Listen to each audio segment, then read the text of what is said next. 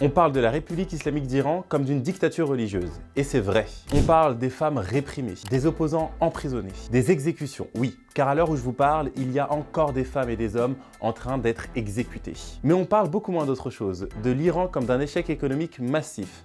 Et c'est intéressant, car ce n'est pas seulement une théocratie, c'est un État hypertrophié, une économie ultra-étatisée et un système où le pouvoir politique, religieux et économique se confondent. Les gardiens de la révolution contrôlent des pans entiers de l'énergie, du BTP, des télécoms, des fondations para-étatiques brassent des milliards hors de tout contrôle transparent. L'Iran est assis sur 150 milliards de barils de pétrole, soit plus de 10 000 milliards d'euros de richesse potentielle, ce qui en fait la 4e réserve de pétrole mondiale selon le BP Statistical Review of the World Energy. Et pourtant, incapable d'offrir un avenir à sa jeunesse. Résultat, les capitaux prennent la tangente et les cerveaux prennent la fuite. Cet aspect des choses n'est jamais soulevé dans notre classe politique, parce qu'il rappelle une vérité simple. Quand l'État devient tentaculaire, quand il absorbe tout, l'économie, la morale, l'idéologie, il ne règle rien. Ajoutez à ça des sanctions économiques internationales, eh bien ça fait boum! Car ce ne sont pas seulement les libertés qui s'effondrent, c'est aussi la prospérité. L'Iran n'est pas seulement détruit par l'obscurantisme islamiste, il l'est aussi par l'étatisme. Admettre qu'un État omnipotent, même au nom du peuple,